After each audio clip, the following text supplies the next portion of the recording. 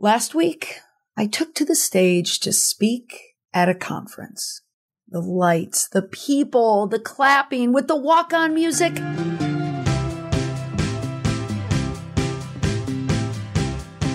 It's all so exciting, but in my head, all I was thinking was, oh crap. Welcome to the Indestructible PR podcast, where we use current events and tested media and PR strategies to help prevent or manage a crisis and build an indestructible reputation. And there's no quicker way to have impact to your reputation than standing on stage in front of a room of people, staring at you, listening to your every word. That is, if they're not on the phone. So in this episode, I want to share with you some of the takeaways in public speaking, but these are the tips that no one tells you about. Hey there, as I mentioned last week, I was speaking at an event in Austin, Texas. It was with an industry where I do a lot of work. I know a lot of people. I feel very comfortable in that space. I know the organizer very well. I do a lot of work with him, and everything was great about the entire event. I did a couple trainings over the weekend, and then I was speaking on the big stage on Monday. But after the talk, as I was walking down the steps after the presentation, I thought, hey, I just wrote my next podcast episode. So in this episode, I want to share some of the tips that came to me during this process. And they're the tips that people don't really hear about. You're not going to come across these in blog articles or hear them in interviews or in books on how to be a public speaker. These are the tips from firsthand experience, and these are within 24 hours. So they're top of mind. All right. So right off the bat, let's start here. Number one, don't let the tech people run your show. Those are the people who are sitting in the back of the room. They're producing the keynote events at the conference.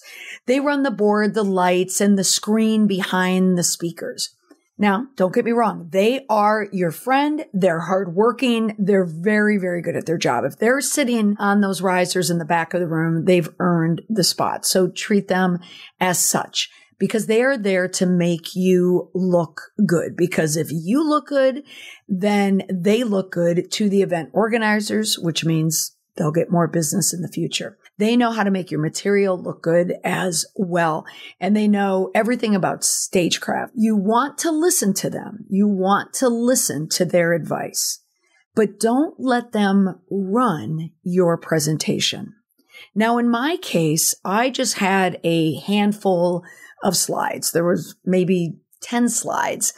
I had words on there. 2 were just quick videos that I was speaking to with another presenter there. And we were just mentioning the slides as they came up. They were more placeholders and more there to just guide you through or guide us through the discussion. But one of the slides did have bullets. It had 7 bullets for my 7 pillars of indestructibility. Those were the pillars that I listed in my book. And we did spend some time talking about those pillars.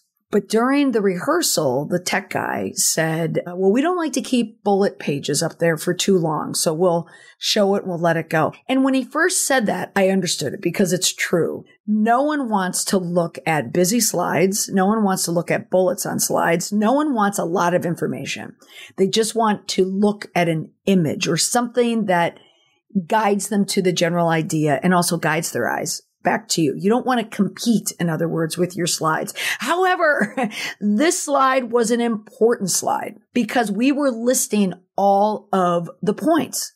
And I only knew the problem after the presentation had finished because we needed to do a breakout session as soon as the session was finished. And person after person after person came up to me and asked me for those 7 pillars. And they all said the same thing. It was only up there for a second. So not letting the tech people run your show. It should have been my job. I should have taken a breath during rehearsal and said, wait a minute.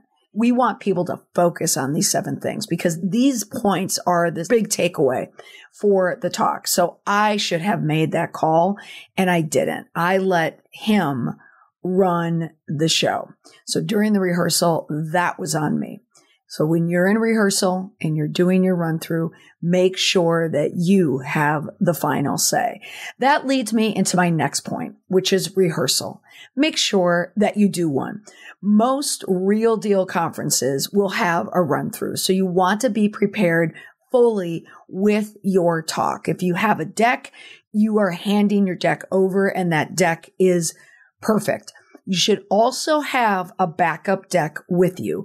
Sometimes in the transfer, they could lose fonts. Perhaps video didn't make its way onto the deck and you're going to have to make those last minute adjustments.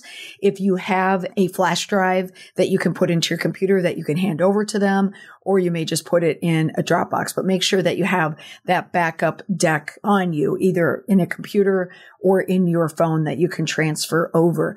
Then they'll run you through it in real time. And when you're doing this rehearsal, that's when you learn your cues. That's when you learn how long it takes to walk up the stage to get to your place. You know how long the walk-on music's going to be. You know what the walk-on music's going to be. In the rehearsal, there was an admiral who was speaking, and she had said they had played the music that they chose was Anchors Away. She was a Navy admiral, went to the U.S. Naval Academy. And she said as soon as she heard it, you could see her visibly react. Because anyone with a military connection knows you would have to stand at attention when you hear your service branch music being played. And she said, no. I mean, she stopped that music immediately because she did not want to disrespect it. And it would have led to an incredibly awkward moment where she would have had to stand at attention while that music played and it would have cut off. So it would have been massively awkward. So it was important that that rehearsal was there. They switched out the music and they found perfect music for her when the real show happened. Going through that rehearsal, you standing on stage, you're going to get your view of the room. You're going to see where you're going to talk and you're going to get accustomed to looking out into that audience. You're also going to see the presentation screen below your feet. That's the monitor. And you can tell your tech team. Do you want a presenter view or do you just want a slide ahead? You can do your pacing, get familiar walking on the stage. Also, get your nerves out. What I found on the stage, if you stood in one part of it, it squeaked. At first I heard that and I thought, is this me? Am I too heavy for this portion of the stage? But I learned if you stood on the circles where they had the stands, it didn't make as much noise, but incredibly squeaky stage. It also, you're teaching everyone, your organizers, also the crew, that you've got it. You're like doing your own PR, that you have it handled so they're not stressed and they have peace of mind knowing that that piece is all taken care of. So at the end of that rehearsal, everyone on that team is going to make your presentation look amazing. So take their advice, take their tech, their timing, all their advice, unless you have your own, and you'll knock your presentation out of the park. All right, number 3, I had mentioned the monitor on the ground. Most monitors, if you've ever spoken before, or you'll see it, they'll be at the feet of the presenters. It will be off stage and low. Now, the nice thing, if you're a presenter, the good ones, they'll just glance and see what's there. That's why you don't want to have bullets or anything that you have to read. You don't want to have script either, because what happens if you're reading remarks from the monitor, you're going to be looking down for most of your speech.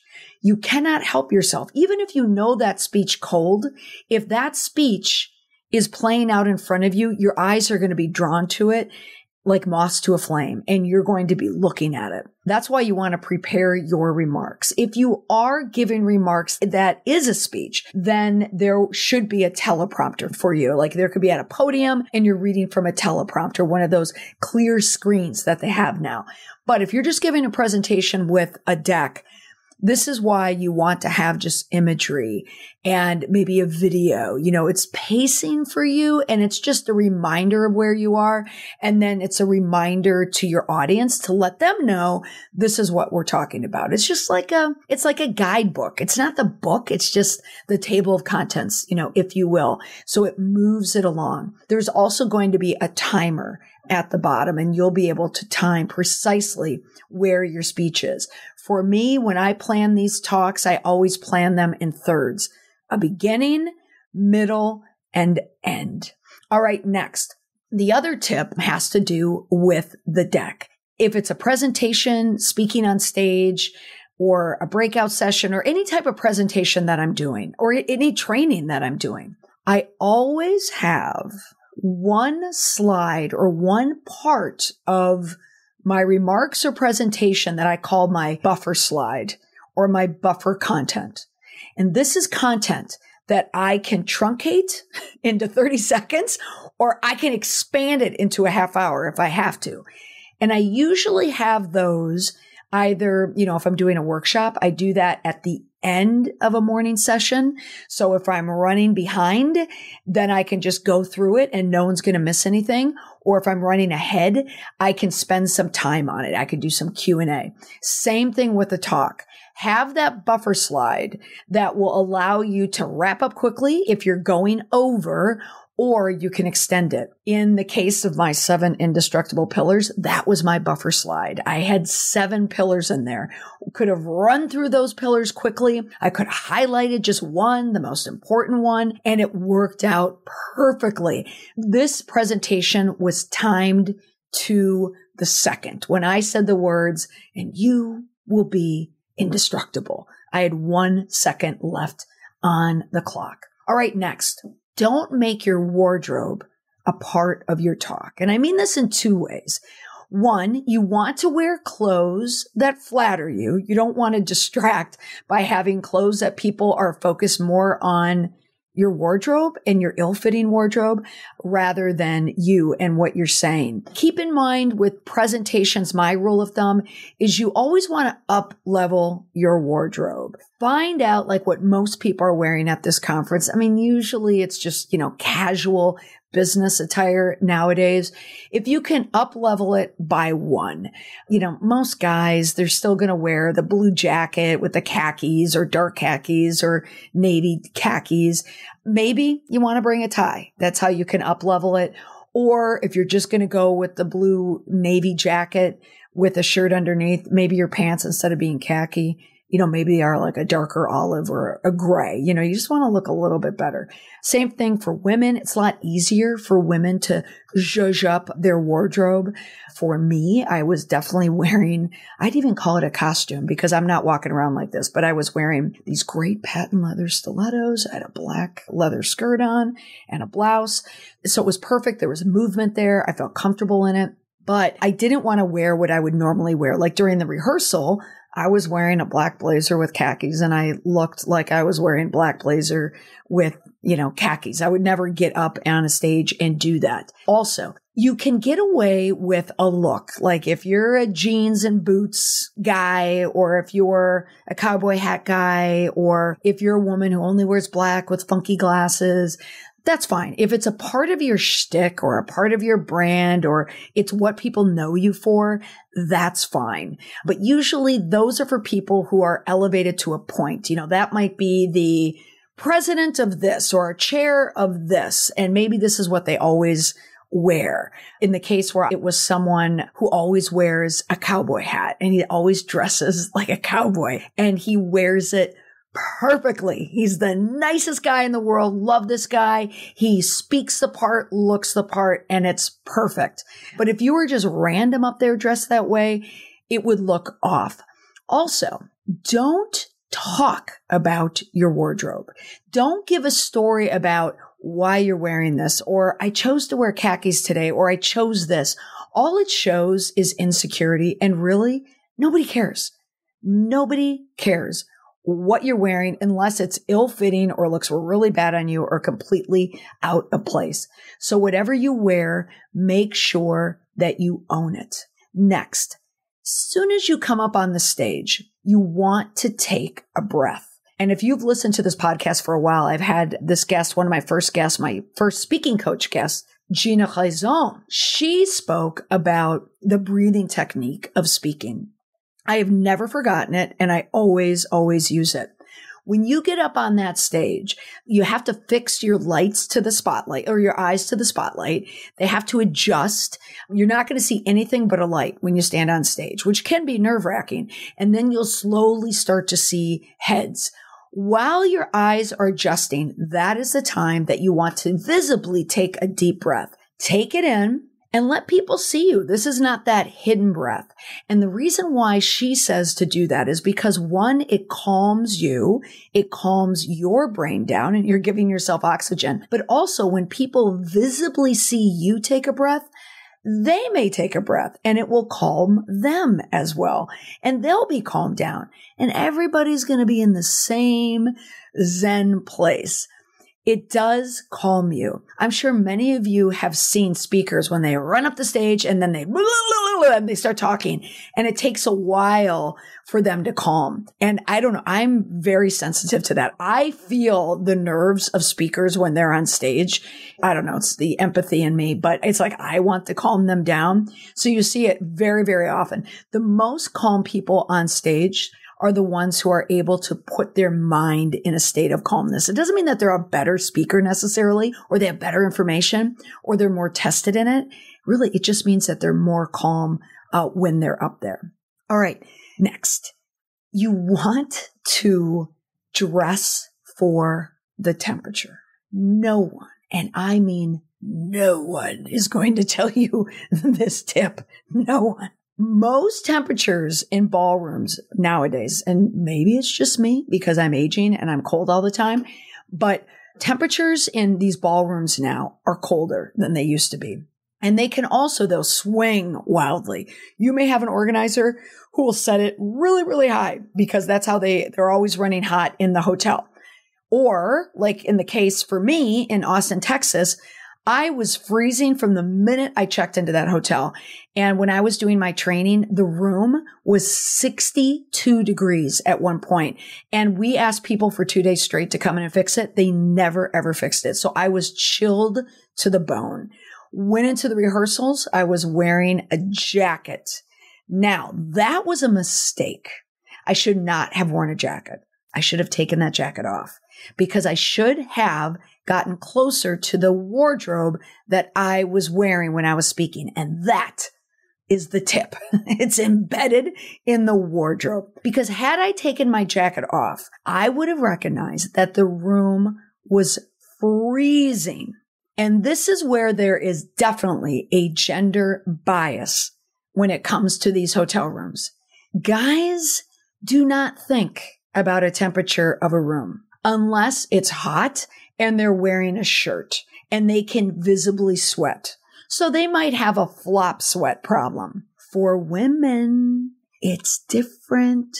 If the room is freezing and you are on stage and you may be nervous already and it's super cold, and if you're not wearing a jacket and you only have a blouse on, I'll only say that everyone will know that you are freezing. And I have seen this more often than not, and there is nothing that causes my anxiety to raise. Again, remember when I said I feel how the speakers are feeling? That stress, oh my gosh, when you are seeing someone have a wardrobe malfunction on stage, there is nothing worse. So I taught this tip to myself this week. When you are on stage, make sure to take the temperature of the room going into it. So know what you're dealing with. I think now, honestly, coming out of this, I probably will not choose just to wear. In this case, I was wearing a champagne blouse. It was a beautiful blouse, but there wasn't a lot of room for air, if you know what I mean. So wear a wardrobe or pick a wardrobe that has flexibility to it, that you feel comfortable in it, and you won't have any malfunctions. All right. In every podcast, I leave an indestructible tip. And this is the point where I'll say last week in my real-time podcast discussing the Oscars, I failed to mention the indestructible tip. And it was because someone had mentioned it to me at this conference Well, you know how you always do that tip at the end? I went, oh my gosh.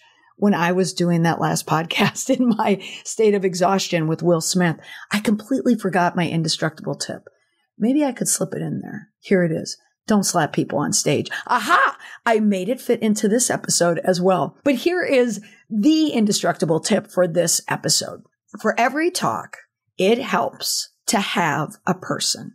And what I mean by that is a person who's going to help manage your reputation. That person is going to be sitting near the front of the room. They're going to be either with you or someone you know well, or someone on the team, someone who you trust and someone who you can confide in, someone who you can look to make sure that everything's going well. And in the case of my talk, I had to have my go-to person, Coco, give me the eye. And I said, if I'm in trouble, or no, she gave me this tip. She said, if I need to, I will send a signal and I will cross my arms. That will be your signal to cross your arms. I just want to bring the innuendo there. I think women, you know exactly where I'm going with this. She never had to cross her arms. So that was good. Everything was good and I took care of everything. But it helps to have that person in the room with you. It's just someone who you can lock eyes with at some point. They can tell you that everything is going well from a wardrobe, optic point of view, but also it's good to have that friendly face, someone who's looking at you saying, you got this. This looks great. You're going, you're moving. Everything is good. That's a calming presence as well. People can read you. Just as when you're standing up on stage and you know how you can read a room and you can tell people and how they are responding to what you're saying, every single person sitting in those seats, they can read you as well. And what we want when you are speaking is someone who feels indestructible.